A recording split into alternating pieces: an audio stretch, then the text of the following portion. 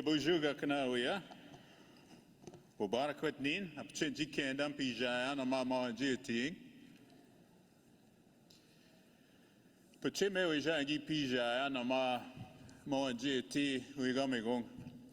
Igi Wab Phil, K Dashmina Ovid. So what I was saying is my name is Wab Kinew, and very happy to be here with you all today.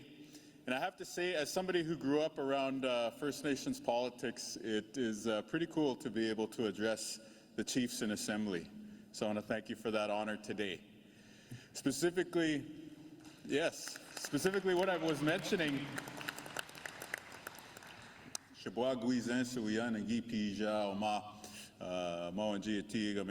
when I was just a little boy, way back in the 1980s, or maybe it was early 90s, I remember coming here and seeing Phil and Ovid contesting the election for National Chief. Who was here at that time? They're all observers. No, just kidding. It's all in the observer section, the people who were here at that time. But anyway, for me, that started a lifelong love of politics. And so seeing like how a delegated convention worked, and to see the wheeling and dealing as a child that was taking place, and then to see, a very exciting selection of a national chief, and then over time you'd see that both of them would serve as national chiefs. It was a really awesome thing to see. And so I was able to, run for leader, eventually have my own delegated convention. But just for you to understand that a little boy from the res who was maybe a little nerdy about politics was able to come to a room like this one and get started, it was very cool. So I want to acknowledge that.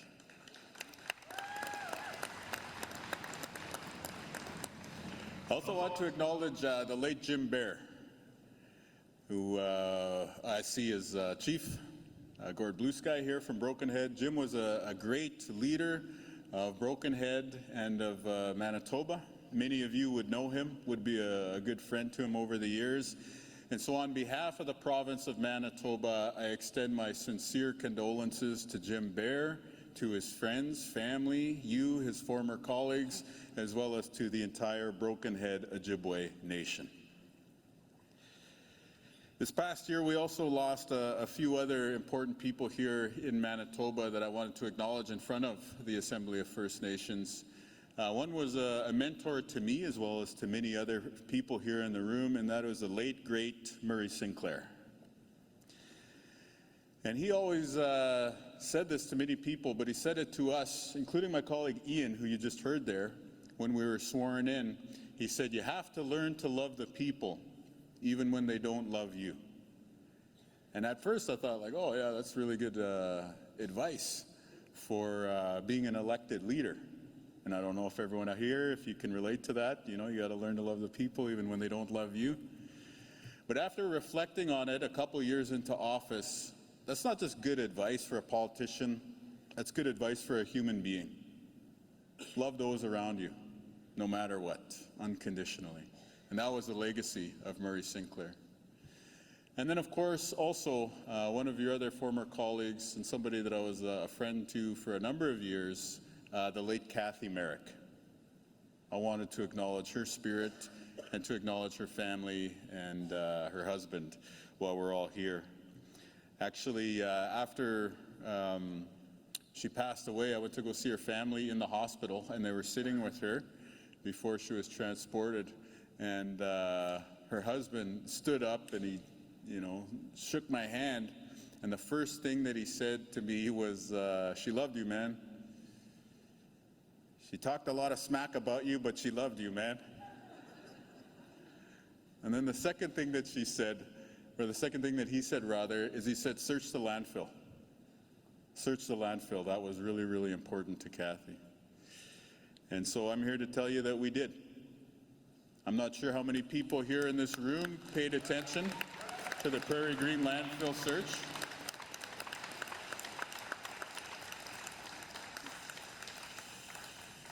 But it was What our opposition did at that time, and I'm not going to get too partisan, but I'm just pointing out the facts here. What our opposition did at the time is the worst thing that was ever done in Manitoba politics. They ran ads against the family of these victims, these MMIWG family members. Can you imagine that? Attack ads about that? It was terrible. The good thing is that the people of Manitoba rejected that hateful message. And on October 3rd, we were elected, 2023. We met with the families a few weeks later. And earlier this year, we brought home Mercedes Myron and Morgan Harris to the loving arms of their relatives. We sent a message together, all of us, everybody who supported it. All of us together, we sent a message together, which was very simple. This province that you're visiting here today, this province that you call home, Manitoba, this is a place where if somebody goes missing, we go looking. And it doesn't matter who they are. We treat everybody with the same respect and dignity. And so I want to thank the chiefs. I want to thank Cindy, the national chief, and all the leadership, all the advocacy that took place to make sure that that happened. And I know that there's a lot more work to do. Actually, on Friday of this week, I'll be traveling to St. Teresa Point, Anishinaabe Nation, to sweat with the family of the late Ashley Shingoose, and she is the person who we are going to go looking for next. So that work continues, and let's also do the work of prevention to keep women and girls and Two-Spirit Plus people safe in all of our communities.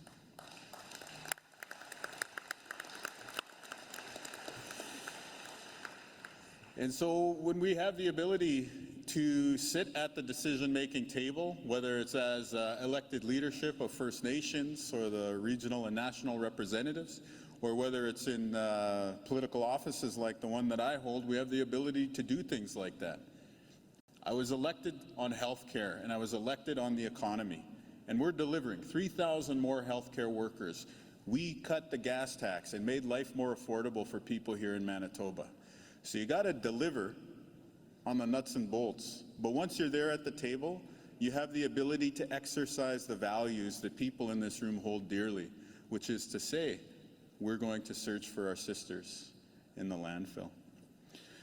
We also, this is one of the first bills that we passed here in Manitoba, we made Orange Shirt Day a statutory holiday in Manitoba. And I say clearly, it's not the National Day for Truth and Reconciliation in our province. That's a government term. I respect it. It's nice. But here in Manitoba, the holiday is Orange Shirt Day because we listen to the survivors of residential schools. And that's the term that they brought forward, Orange Shirt Day.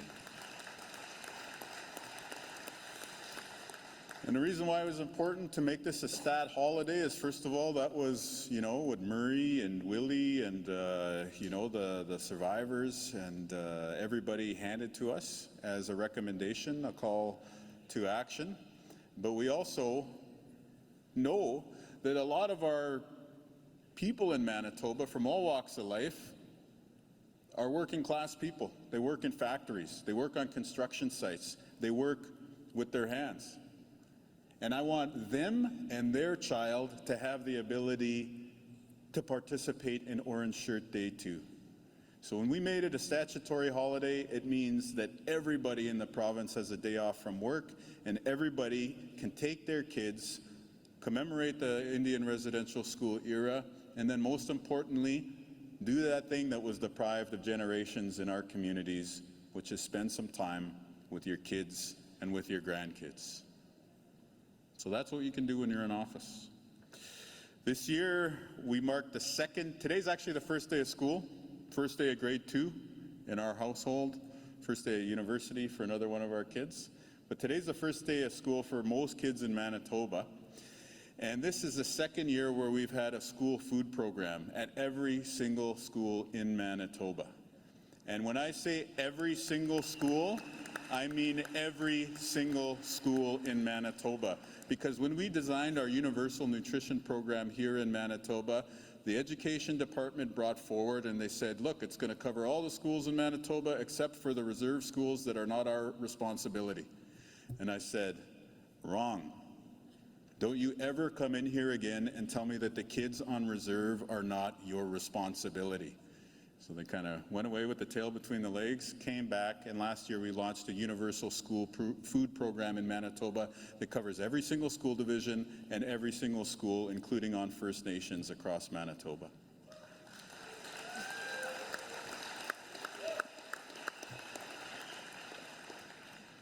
Kids have food, kids can learn. Kids stay in school, they come to school for lunch, they come to school for snack. They're going to show up for grade 12 graduation in a few years. That's the plan. That's the economic development that we're focused on as well, too. So these are some of the things that we've been able to do. And now I think the next big thing that we want to do here in Manitoba as part of a contribution to the national landscape is pretty simple. And it might align with your topic of discussion here at the Assembly. Next big thing that we want to send a message to the rest of Canada about is this. You can't do nation building without the First Nations of this land.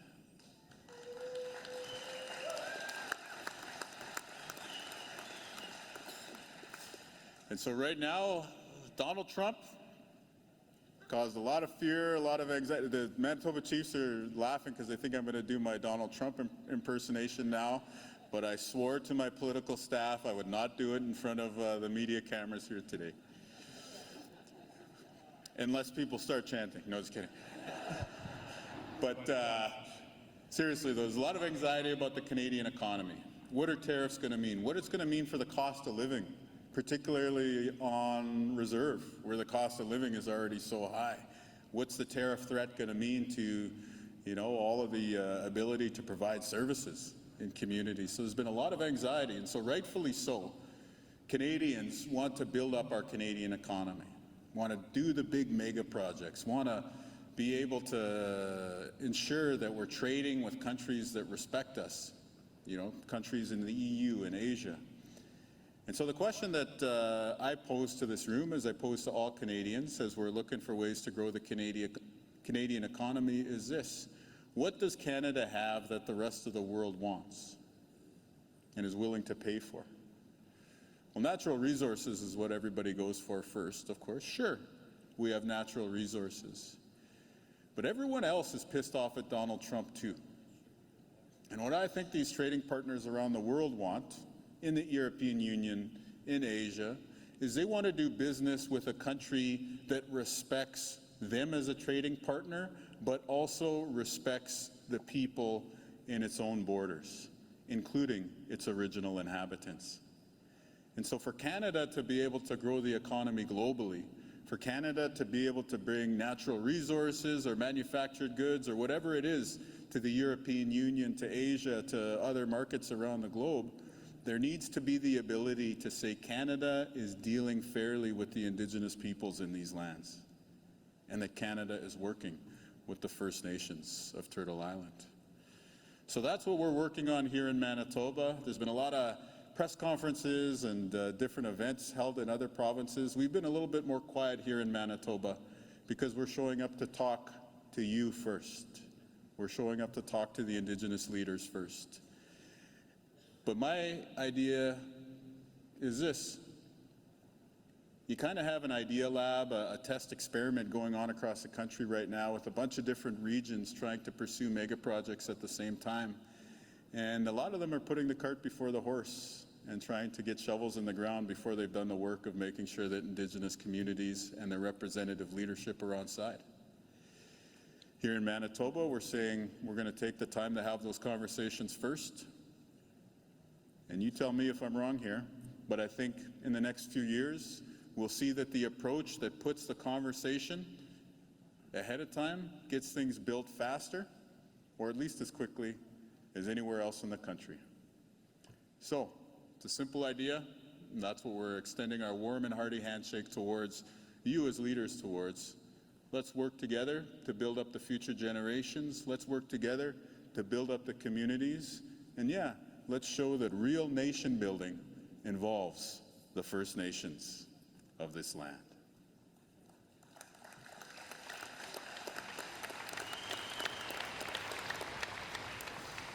So I started off with some shout outs here, and I think the most important shout out that I wanted to make is save the one for last. And that is to acknowledge my uncle Fred, who's sitting front row center here. We actually smoked the pipe earlier today, and I really appreciate his wisdom and leadership. For those who don't know Fred Kelly, he is elder and advisor to the AFN.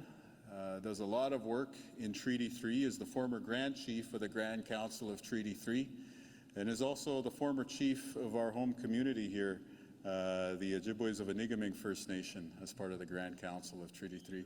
By the way, I think I saw my chief walk into the room. Jeff Kopanas, Chief of the Ojibways of Enigaming First Nation, congratulations on your re-election, and congratulations to all the new councillors who will be serving with you, as well as I believe Clarissa was the returning one, as well as Candy, so congrats to them too.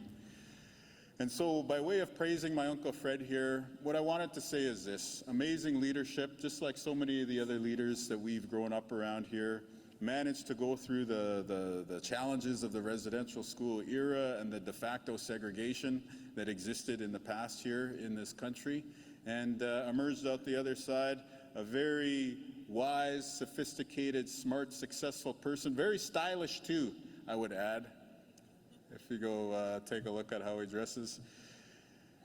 And what I would say is this: my dad was kind of, right there neck and neck with him over the years.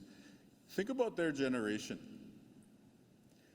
When my Uncle Fred and my dad were young, they were not allowed to vote in this country.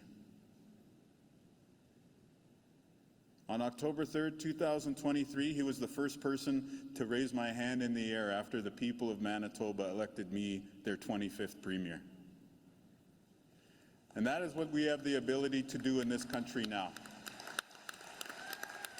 And so I got a long list of things that we want to do. We got the mega projects that we are going to build. We're going to connect roads. We're going to connect young people. We're going to connect people to school. But most importantly, what I want to be able to do for each and every one of you as First Nations leaders is I want you to be able to go back to the young people in your community and say, look, you can do it too. And I don't care if you guys go into politics as a young person out there. Probably easier if you do business, sports, music, writing, whatever it is. Pursue your passion, but understand that the road to the top is open. And so let's do as the great leaders of the past said, and put our minds together and make a difference for the future generations in our community. Aha miigwach bezindawik, itchiogi makanak, miigwach bezindawik minaandikit.